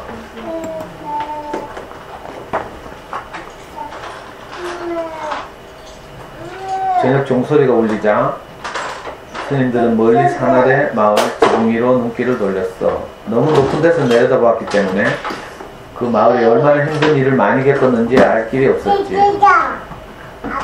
가뭄에 홍수에 전쟁까지 겪은 마을 사람들은 너무나도 지쳐서 낯선 사람을 도무지 믿으려 하지 않았어. 낯선 사람은커녕 이웃끼리도 서로 의심하며 살게 되었지.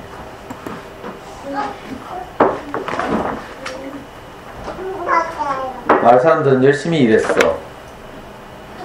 그러나 저마다 자기만을 위해서 일했지.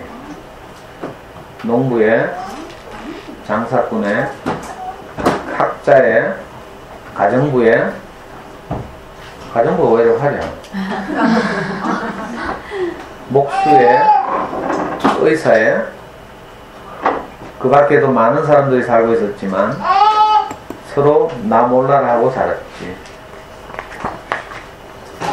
스님들이 산에서 내려오자 마을 사람들은 모두 집 안에 들어가 버렸어. 성문 밖에 나와서 스님들을 맞아주는 이는 아무도 없었지. 스님들이 마을에 들어서자 모두들 창문을 꼭 닫아버렸어.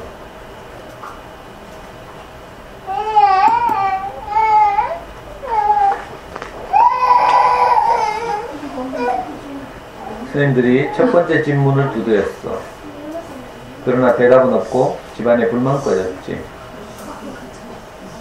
두 번째 집 문을 두드렸지만 역시 대답이 없었어. 스님들은 이 집 저 집 닫혀있는 문을 두드려 보았지. 이 마을 사람들은 행복하지 못한가 봐. 스님들은 고개를 끄덕였어. 그때 수스님이 달덩이처럼 환한 얼굴로 말했지. 그렇다면 오늘 이 마을 사람들에게 돌멩이 국 끓이는 법을 가르쳐 주기로 하자.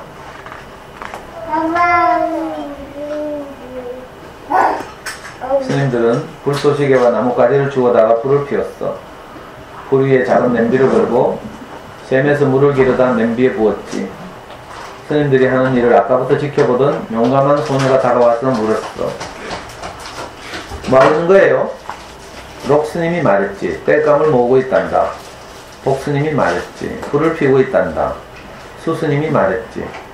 돌멩이로 국을 끓일 참인데 동글납작한 돌멩이 3개가 필요하단다.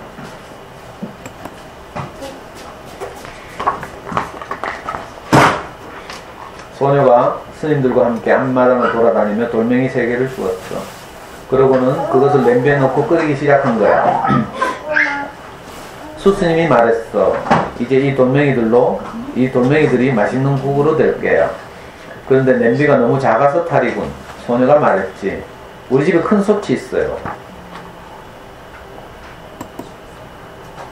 집으로 달려간 소녀가 솥을 굴려 내려가는데 엄마가 무슨 일이냐고 물었어. 스님들이 돌멩이로 국을 끓이는데 솥이 있어야 한대요. 엄마가 생각했지. 그럼 흔해 빠진 돌멩이로 국을 끓여? 어떻게 하는 건지 배워둬야 되겠군. 스님들이 피운 불에서 연기가 솟아오르자 사람들이 창문을 열고 내다보았어. 마을 한복판에 커다란 솥을 걸고 불을 떼는 모습이 정말 이상했지.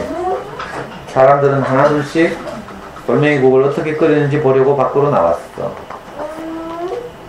복스님이 말했지. 옛날부터 돌멩이국에는 소금하고 후추를 넣어야 제맛인데. 록스님이 돌멩이와 물을 가득 채운 커다란 솥을 이거 어떻게 발음해야 되지? 솥을? 사전적으로 하면 솥, 넘기죠. 솥을? 그것은 재미없어? 솥을? 커다란 솥을 저 메모 대꾸했어. 그래 말이야. 이렇게 어렵다니까? 근데 애들 보고 막 책 읽으라고 막 주지. 지금 저도 잘 못 읽고 있잖아요. 그래 맞아. 그렇지만 우리한테는 없으니. 호기심으로 눈을 크게 뜨고서 학자가 말했지. 소금하고 후추는 우리 집에 좀 있네. 잠시 사라졌던 학자가 소금에 후추에 다른 양념 몇 가지를 가지고 돌아왔어. 수스님이 맛을 보면서 말했지. 지난번에 국 끓일 때는 당근을 넣어서 맛이 달콤했는데. 그러자 등 뒤에 서 있던 안악이 말했어. 당근? 당근이라면 우리 집에 조금 있어요. 기다려요. 안악은 종종 걸음으로 달려가서 당근을 하나름 가져와 솥에 넣었지.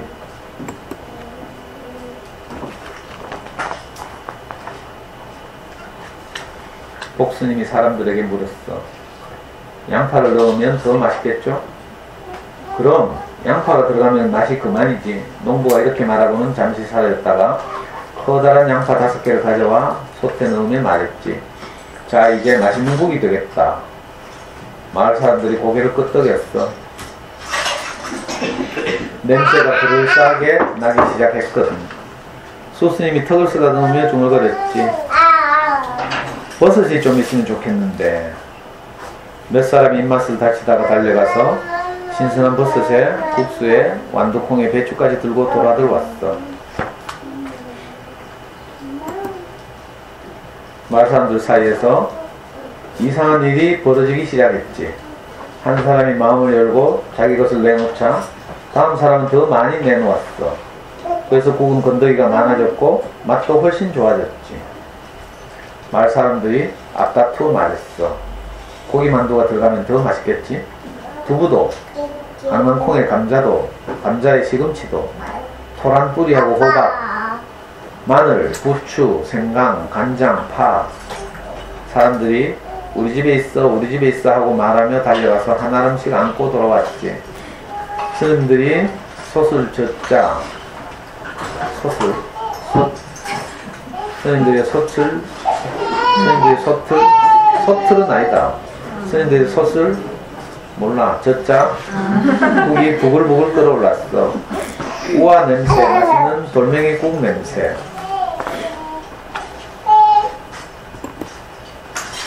이윽고 국이 다 끓었어.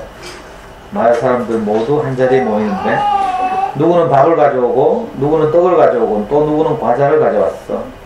환하게 등불을 밝히고 차도 함께 마셨지.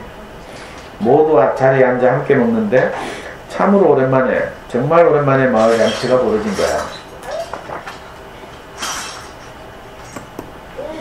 음식을 먹고 난 뒤 마을 사람들은 그림자 연극도 보고 노래도 부르면서 밤 깊도록 즐거운 시간을 함께 보냈지. 마을 사람들은 잠갔던 문을 열고 스님에게 포근한 잠자리를 마련해 주었어. 따스한 봄날 아침 마을 사람들이 버드나무 그늘에 모여 새 스님을 배웅했어. 스님들이 말했어. 하룻밤 잘 쉬고 가네요. 고맙습니다. 모두들 마음이 넉넉한 분들이에요. 마을 사람들이 말했지. 고맙습니다. 덕분에 우리 모두 너그러워졌답니다. 서로 나누면 모두가 넉넉해진다는 걸 스님들이 우리에게 가르쳐 주었어요. 스님들이 한마디 덧붙였어. 행복해지는 것은 돌멩이국 끓이는 것만큼이나 간단한 일이지요.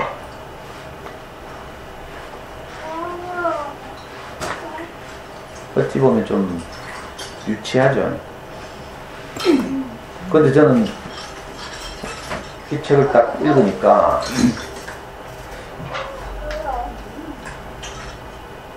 금방 이게 무슨 말이구나 금방 알겠어요. 이 처음에 돌멩이를 3개 건져와가지고 그걸로 국 끓인다 하잖아요. 그때 사람들 궁금해서 점점 이렇게 관심을 가지게 되고 신기한 일이 일어났죠. 이 스님들도 참 지혜롭고, 이 이야기는 이제 보통 민담에 많이 나오는 이야기래요. 유럽 민담에도 있고 이런 이야기를 하는데, 소재를 독특하게 스님 3분을 등장시켜서 동양적으로 이렇게 풀어낸 거죠.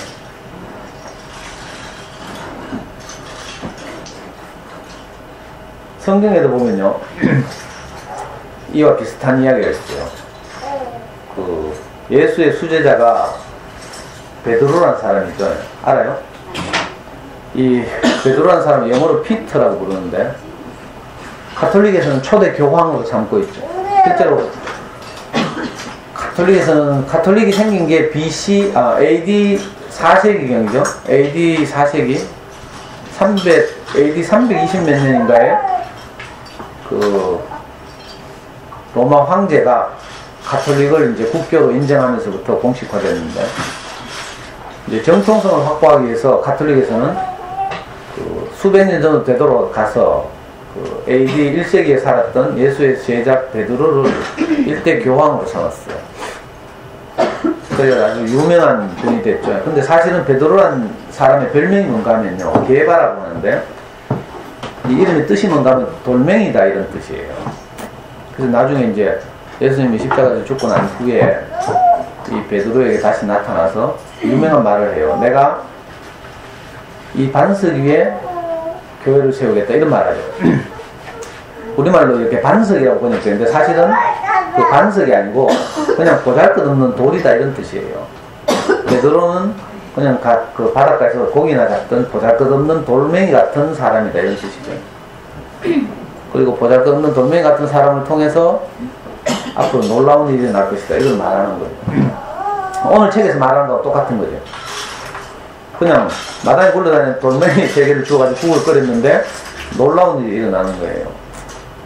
저는 이런 경험이 분명하게 있어요. 제가 10몇 년 전부터 제가 경험한 이 돌멩이 같은 보잘것없는 평범한 제 인생 이야기를, 제가 아이 키운 이야기를 어머니들 앞에서 이렇게 내놓게 됐잖아요.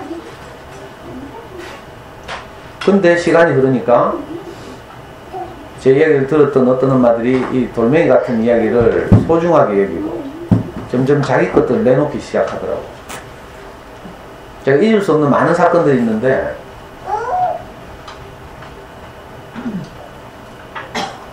그 중에 한 어떤 엄마는 어느 날 있잖아요. 어느 날인지 기억이 안 나. 크리스마스인지 스승의 날인지 모르겠는데 어떤 엄마가 아주 조심스럽게 저한테 커플 목도리를 선물했어요. 하나는 선생님 사용하시고 하나는 사모님 갖다 드리라면서. 그러면서 저한테 하는 말이 선생님이 언제든지 우리 동네 지나시거든 언제든지 연락하시라고, 자기가 차 한잔 대접하고 싶다고 이렇게 말하더라고요. 근데 저는 한 번도 연락을 못했어요. 그런 분이 있었는가 하면 또 어떤 분은 갑자기 저런 카메라를 사들고 와가지고 선생님 강의를 혼자 보기 아깝다면서 카메라로 촬영을 하기 시작해요. 그래서 제가 너무 낯간지럽고, 아이고 내 같은 보잘것없는 돌멩이 같은 강의를 뭘 촬영하냐 하면서 막 그 엄마하고 진짜 많이 싸웠어요. 호시어치 그 좁은 어린이 서점 공간에서 카메라를 설치하려고 하니까 콘센트가 멀리 있는 거야.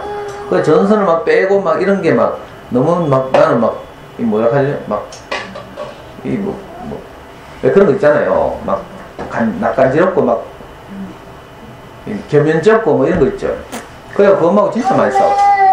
그 엄마는 정말 좋은 마음으로 이걸 온 세상 사람들이 알았으면 좋겠다 하고 막 촬영하기 시작했는데 저는 그 마음은 둘째치고 내가 막 못 견디겠는 거야. 아이고 내 같은,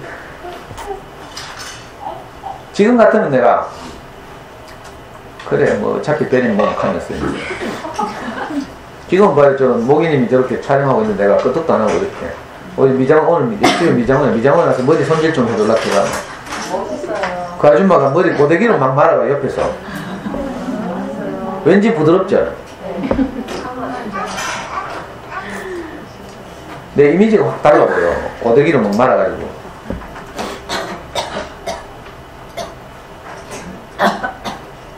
그 엄마가 그래, 막 그렇게 해서 유튜브에 막 올리고 참 이렇게 시작해. 그 다음에 이제 그 엄마가 저를 따라서 이제 아이들 데리고, 그 엄마가 그래, 그때 저 감독님이 영대, 경산에 그 엄마가 시집 사는데, 경산 영대 정문 앞에서 저를 만나재.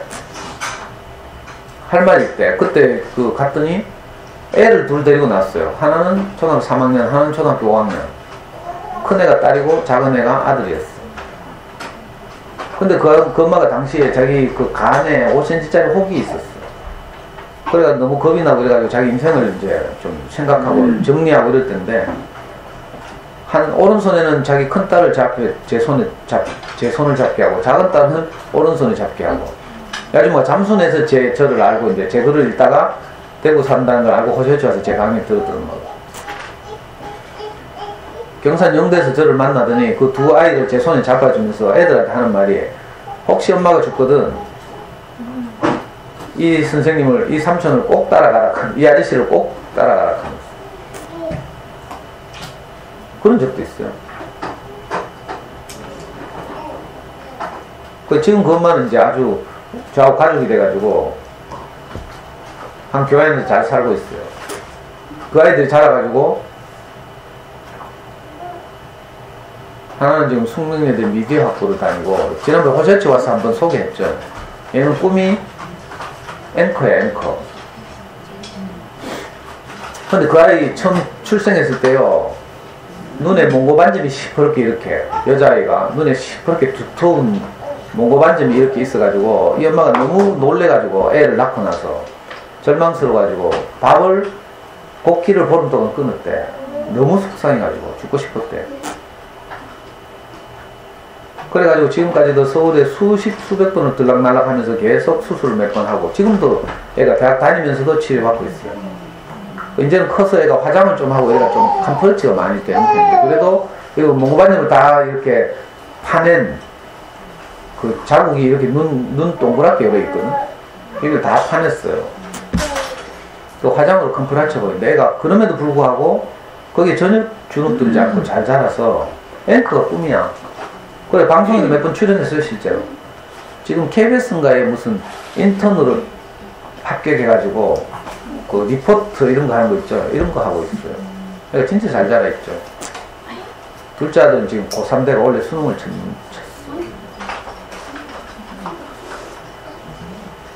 이런 일뿐만 아니죠. 무수한 사람들이 진짜 자기 마음을 내고요.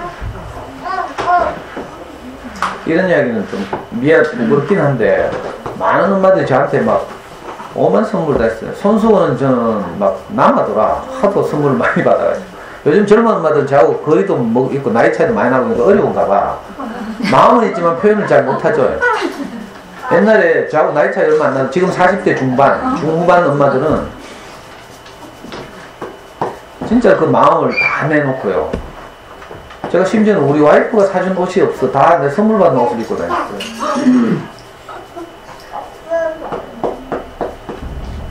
뿐만 아니죠. 이 연구소가 생기는 과정도 그렇죠. 여기 있는 책들은 다 기증받은 거잖아요. 잠순에 저와 같이 활동하던 시교육청에 근무하는 어떤 분이 자기 마음을 내서 자기가 아이를 키우면서 일단 잠순에 하면서 샀던 모든 책을 저한테 기증을 하고, 또 시청에 근무하는 어떤 엄마가 잠순에 하는 엄마인데 자기 집에 3,000권의 책을 기증했어요. 3,000권 받아가다가 죽는 줄 알았잖아. 트럭 몰고 막 겸이 아빠하고 몇 명의 아빠들 동원해가지고 있잖아요. 트럭으로 그 아파트 위에 올라가 3,000권을 옮긴다고 생각해봐. 그리고 시교육청 근무하는 그 엄마가 또 자기가 시교육청 지금 근무하기 전에 근무했던 그 곳이 대구 중앙도서관 총무과장을 했거든. 그 도서관을 관리하는 거야. 그래가지고 자기가 잠깐 그 몇 달 동안 그 총무과장을 했었는데, 그래가지고 북부도서관에 전화해가지고 북부도서관에서 우리한테 책을 2,000권 기증하고, 그렇게 해서 전부 전부 기증받은 거죠. 또 그리고 여기 있는 분들도 우리 현숙 씨를 비롯해서 많은 분들이 자기 집에 있는 소중한 것들 내놓고, 제가 이름을 다 말 못하겠어요. 또 어떤 엄마는 저 보드게임 하는 보드게임들을 다 기증했고요. 그러니까 돌멩이국 하나 끓이는데 막 온 마을 사람들이 마음을 열고 와서 막 이렇게 해야 돼요. 근데 처음은 아무것도 아닌 돌멩이인 거야. 우리가 이거 문 연다고 하니까 어떤 분은 청소기 사서 선물했죠. 지면동에서 자고 토라스쿨 하는 엄마는 컴퓨터 사라고 100만 원을 헌금했어. 그래가지고 모기님 노트북 저 50만 주고 사고, 제 방 안에 일체형 컴퓨터 제일 싼 거 50만 주고 사고. 뭐 하여튼 그 외에도 이루 말할 수 없죠. 전부 다 기증받았어요. 내 생각이 다 안 나. 의자 이것도 다 기증했어요. 제 강의를 들었던, 지금 곧 이 동네 이사 오려고 이번 겨울 방학 벼르고 있는 어떤 엄마가 있는데, 그 엄마가 이 가구 판매를 하거든. 저 이현동에서 가구 동영상을 해요. 마침 창고에 안 팔리고 있던 의자가 있다고 다 그대로 기증했죠. 또 뭐 있지? 뭐 하여튼 그러니까 다 생각이 안 나요. 뭐 파도 가져오고, 뭐 부추도 가져오고, 양파도 가져오고, 뭐 이런 것처럼 꼭 그렇게. 그러니까 이 그림책을 읽는데 금방 이게 남의 이야기가 아니고 이 생각이 들었어요. 근데 저는 이제 이렇게 해서 이제 어떤 이런 소중한 공간이 생기고 또 마음을 내고, 사실은 여기 우리 자녀들 보내는 엄마들도 그 소중한, 남편들도 벌어온 소중한 돈을 우리한테 지불하고 이 공간을 사용하잖아요. 그러니까 어쩌면 그게 사실 저나 뭐 모기님이 이렇게 여러분들한테, 현숙 씨나 여러분들이 하는 거 보면 뭐 별 것 없잖아요. 그런데 전혀 거기에 개의치 않고 이렇게 마음을 내서 이렇게 함께 하는 거죠. 그런 것도 너무 감사하고. 그러니까 행복하게 사는 게 다른 게 아닌 것 같아요. 별것 아닌 것 같은 그 돌멩이 같은 어떤 것이 나왔는데, 누가 내놓았는데 거기에 조금씩 뭘 더해가지고, 이걸 보고 한자성어로, 보사성어로 유명한 말 있죠. 십시일반이라고. 저기 가면 십시일반이라는 유명한 만화책 있어요. 초등 고학년 중학생이 읽어야 될 필독 만화책, 인권에 관한 만화책. 우리가 작은 것이 모여서 마을을 이루는 거죠. 그리고 실제로 우리가, 저는 가능하면 이제 다른 분들이 신세를 지기 싫어서 정부 지원 받으려고 마을 기업을 시도했다가 실패하는 바람에 오히려 더 전화위복이 됐어요. 여러 번 말씀드렸죠. 마을 기업에서 정부에서 5천만 원을 지원받으면 그 5천만 원 쓰는 쓰임새를 얼마나 깐깐하게 영수증 첨부하고 맨날 가서 뭐 허락 받고 뭐 이런 식으로 했어야 되는데, 그것도 지역도 딱 제한받아서 효성타운 옆에서 꼼짝도 못할 뻔했는데, 만약 됐으면 내가 어때서 그 끔찍해요 지금 생각하니까. 마을기업에 합격했으면 정부에서 5천만 원 받겠지만, 아이고, 근데 희한하게 그거 떨어지는 바람에, 그죠?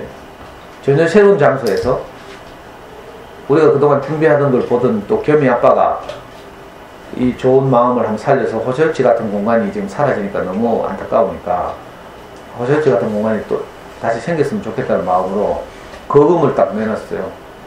그래서 이거 보증금하고 합해서 준비하는데 7,500만 원 정도 들었는데, 그걸 다 겸이 아빠가 감당하고. 저는 한 거라고는 그냥 제 보잘것없는 경험, 진짜 돌멩이 같은 제 인생 이야기, 이걸 내놨을 뿐이에요. 근데 신기하게도 이렇게 마음들이 모이는 거죠. 그래서 지금 저는 여기 연구소 출근하는 게 너무 즐거워요. 행복하고. 아이들하고 수학 공부 가지고 맨날 싸우는 것도 너무 재밌고. 제가 진짜 우리 애 키우는 것 같다니까. 아니, 남의 애한테 수학 공부 시간 내가 열을 자꾸 받는지 몰라. 대충 해가 보내면 되는데 시간 때우고. 근데 막 어떤 놈이 어느 날 멘붕 돼가지고요, 채점해놓으면 다 틀리잖아. 그럼 내가 막 내 가슴이 무너져. 막 걱정이 돼가지고, 아이고 이 아이를 위안하고 싶고 있잖아요. 아이고, 내가 에너지를 너무 많이 쓰는 것 같아요. 근데 이렇게 지내는 게 너무 즐겁고, 또 이런 공간이 있어서 호설지 강의가 명맥이 11년 만에 끊기지 않고 이렇게 매주 금요일마다 우리 엄마들 만나서 또 아이 키우는 이야기들을 함께 나누고 하는 것도 너무 행복하고. 저는 어찌하든지 여러분들 자주 보고 싶어서 이제 매달 놀러 가는 것도 내가 저끼리 놀러 가는 거 보면 내가 샘나잖아요. 그래서 내가 같이 놀자고 이제 매달 한 번씩 인문학 기행도 하고. 진짜 신기하죠.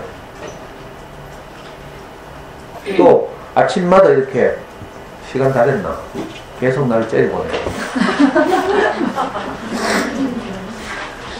그래, 아침마다 일찍 와서 엄마들이 청소를 돕는 것도 너무 감사하고, 멀리서 저렇게 애들 학교 갈 시간에 쫓기면서 늘 와서 강의를 듣고, 또 책버스에도 아이들 보내고 이런 분들도 감사하고 그러죠. 그러니까 사실은 이거 제가 혼자 또는 모기님하고 뭐 이런 몇 명이 하는 게 아니고 우리가 다 이렇게 여러 자기만큼 힘을 모으는 거죠. 마음을 내고 이래가지고 사실 이게 굴러가고 있어요.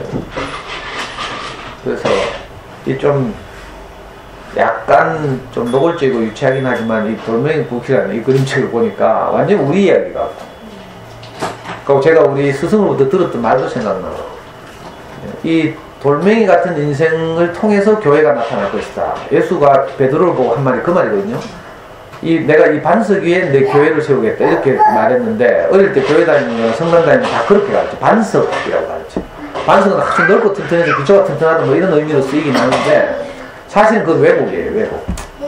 그게 아니고 베드로는 별명이 개바인 것처럼 그냥 굴러다니는 하찮은 돌이죠. 돌. 그냥 하찮은 돌멩이 같은 평범한 인생 이런 뜻이에요. 근데 그 평범한 인생을 통해서 그냥 놀라운 일이 일어날 것이다 이런 말이죠. 그러니까 우리도 평범한 사람들이죠. 여기 뭐 특별히 뭐 굉장히 뛰어난 분은 없는 것 같고 우린 다 평범한 사람들인데, 우리 평범한 우리도 얼마든지 행복하게 되는 기적 같은 일이 일어날 수 있다고. 뭐 굉장히 놀라운 일이 뭐 엄청난 일이 아니에요. 정말 우리가 아이들과 소통하고 행복하게 사는 것, 이것처럼 기적적인 일이 없어요. 제가 해보니까 무사하게 사는 거 이게 가장 어렵더라고. 그죠? 아무 일 없이 평범하게 사는 거 이게 제일 어려워요. 여러분들 살아봤죠? 평범하려고 해도 안 평범해. 남편이 안 평범하기 때문에. 아빠의 생각할 땐 반대죠. 그러니까 이 가족 몇 명 되지도 않았는데 이거 남편, 아내, 자식 둘, 셋, 뭐 기껏해 이런데 요 네다섯 명이 아무 일 없이 사는 게 얼마나 어려운 일인지 몰라요. 한번 살아보면 맨날 울고 불고 뭐 찌고 뽑고 싸우고 뭐. 그래서 인생을 고해라고 하잖아요. 그 이놈의 그죠? 이걸 벗어나려고 유명한 스님들은 뭐 해탈 이런 말도 만들어냈고요. 이 뭐 찌고 뽑고 싸우고 행복했다가 울다 불다가 막 육도이네. 근데 그렇게 어려운 게 그놈의 행복이고 해탈인데, 그죠? 잘 생각해보면 우리 같이 아무것도 아니고 평범한 돌멩이 같은 사람들이 어쩌면 더 쉽게 행복해질 수 있다. 우리가 좀 잘났고 위대하면요, 누구 말 잘 못 듣죠. 똑똑한, 이게 좀 미안한 말이에요. 진짜 똑똑한 엄마들은 제 강의들을 안 와요. 엄마들 무시해서 하는 말이 아니고. 아, 진짜 저보다 잘난 엄마들이 제 강의를 들어오겠어요? 한번 생각해봐요. 지가 강의하고 돌아다니지. 그 이상하다니까. 그래서 저는 똑똑한 엄마들 별로 안 좋아해요. 제 이야기를 들어주는 엄마를 좋아해요. 저도 얼마나 멍청했으면 아우 세상에 누구 말을 듣고 살겠어요. 옛날에 저는 진짜 저밖에 몰랐거든요. 개인주의적이고 내 생각대로 살고 이랬는데, 제가 멍청해가지고 인생을 실패하고 난 후로 처음으로 제가 제 스승을 만나서 누구 말을 들으면서 살게 됐어요. 근데 지금 생각하니까 그게 얼마나 감사한지 모르겠어요. 그래서 제가 우리 와이프한테 늘 하는 말이, 당신이 그때 애하고 나를 버리고 가줘서 고맙다. 그때 그 사건이 없었으면 저도 누구 말을 듣고 살 사람이 아니에요. 그러니까 여러분들은 어쩌면 그 아이들 때문에 제 강의를 듣게 된 거죠. 그러니까 진짜 아이들한테 감사해야 돼요. 아이들 아니었으면 저하고 인연이 될 일이 없어. 그 소중한 아이들 때문에, 그 사랑스러운 아이들 때문에 다른 말이 필요하고, 그죠? 다른 길이 필요해서 이렇게 하다 보니까 이렇게 만나게 된 거죠. 요즘 세상이 좋아서 유튜브 검색해서 만나고 이 놀라운 일이 벌어지고 있어요. 여기 앉으신 분들 보니까 정말 귀한 경로로 만났어. 우리 이마트 월배점에서 저를 만난 엄마들이 몇 명 있죠. 진짜 기적적인 일이에요. 저는 이마트 월배점 나가서 강의할 그 생각이 없었거든. 근데 진짜 신기하게 어느 날 있잖아요. 아까 교육청에 근무한다는 어떤 잠순의 엄마가 있죠. 그 엄마의 언니가 시청에 근무해. 근데 이 엄마가 시청에 근무하는 이 언니도 잠순회를 했거든. 근데 이 엄마가 어느 날 시청에서 성당시장 건너편에 대구시 종합복지회관에 발령을 받았어. 그 안에 가면 종합복지회관이 있어요. 그 시에서 관리하는 거죠. 그 종합복지회관에서 시민들을 대상으로 각종 강의 프로그램을 기획하고 이러는 거야. 근데 이 엄마가 이제 행복에 대한 강의를 기획하다가 갑자기 내 생각이 난 거야. 강사로 불러야 되겠다. 그래가지고 이 복지회관 공무원이 저를 강사로 불렀어요. 돈은 억수로 많이 주대. 한번 강의하는데 50만 원 주더라고. 그러니까 고맙잖아. 가서 한 학기에 2번 딱 강의를 했어요. 근데 시청에서 시민들 대상 강의를 하는데 사람들이 오나? 안 오거든. 관심도 없고요. 행복인데 관심이 없어. 오히려 뭐 미싱 배우는 데 있는데 많이 가고 뭐 컴퓨터 배우는 데 많이 가는데. 그러니까 그 넓은 종합복지회관 강당이 굉장히 넓거든요. 수백 명이 앉을 수 있는 자리인데 강의를 들어 사람들이 안 오니까 어떻게 해서 강제 동원을 한 거야. 대구시에서 각급 공공기관에 의무적으로 뭐 한두 명씩 차출한 거예요. 그때 교육청에서 차출되어 와서 강의를 들은 아가씨가 한 명 있었어. 그 아가씨가 누군가 하면요, 대구광역시 교육청 평생학습센터, 저기 상암 노타리 가면 있죠. 요즘 엄마들 학부모 역량강화 교육하죠. 거기를 총지휘하는 본산이 거기 있어요. 역량개발센터. 거기 있는 직원이 한 명 와서 제 강의를 들었어요. 그때 제가 울며 불며 막 우리의 군대 가서 어려움을 겪을 때라서 이제 우리의 군대 간 이야기를 하면서 내가 아이하고 어떻게 소통하고 있는지를 막 울면서 강의를 했어. 근데 그 교육청 그 직원이 제 강의를 듣고 좋게 여긴 거야. 그래가지고 그 여름에요, 이거 2013년 여름인가? 저보고 연수를 좀 받으래. 왜? 하니까 학부모 역량강화 강사로 좀 활동하시라고. 그 여름에 연수를 받으래. 제가 제일 싫어하는 게 통제를 받는 거, 누구 통제를 받는 거. 비용이죠, 비용. 근데 이상하게 제가 이제 다른 마음이 들어서 그때 정말 귀찮지만 보름인가 계속 가서 연수를 받았어요. 연수를 받는 바람에 내가 학부모 역량 강화 강사로 이렇게 학교에 불려가는 인력 풀에 이름이 올라간 거죠. 저는 그때 그거 안 해도 학교에서 많이 불렀거든. 근데 이상하게 연수를 받았는데 갑자기 교육청에서 찾아가는 학부모 교육하면서, 학교는요 내가 가잖아요. 그게 아니라 학교 말고 이마트, 홈플러스, 유치원 이런데 교육청에서 오지랖 넓게 강사를 보내는 거야. 그래가지고 난 난데없이 이마트 월배점에 교육청에 가라 해가지고 가게 됐어요. 저는 이렇게 생각해요. 이마트 월배점 문화센터에 세상에 누가 이런 강의를 들으러 오겠노? 내 이런 생각했다니까. 그러니까 정말 그 외길로 있잖아요. 외길로 가서 이마트에서 강의를 했다니까. 근데 거기서 저 수정씨하고 수정씨 왔어? 둘 다 왔어. 수정씨 왔어요? 그래서 저 두 분을 만나게 됐죠. 두 분은 이제 완전히 우리 지금 연구소에 이제 6살짜리 엄마인데도 불구하고 연구소의 오리지널 멤버잖아. 여기도 이마트 월배점에서 들었다 했죠?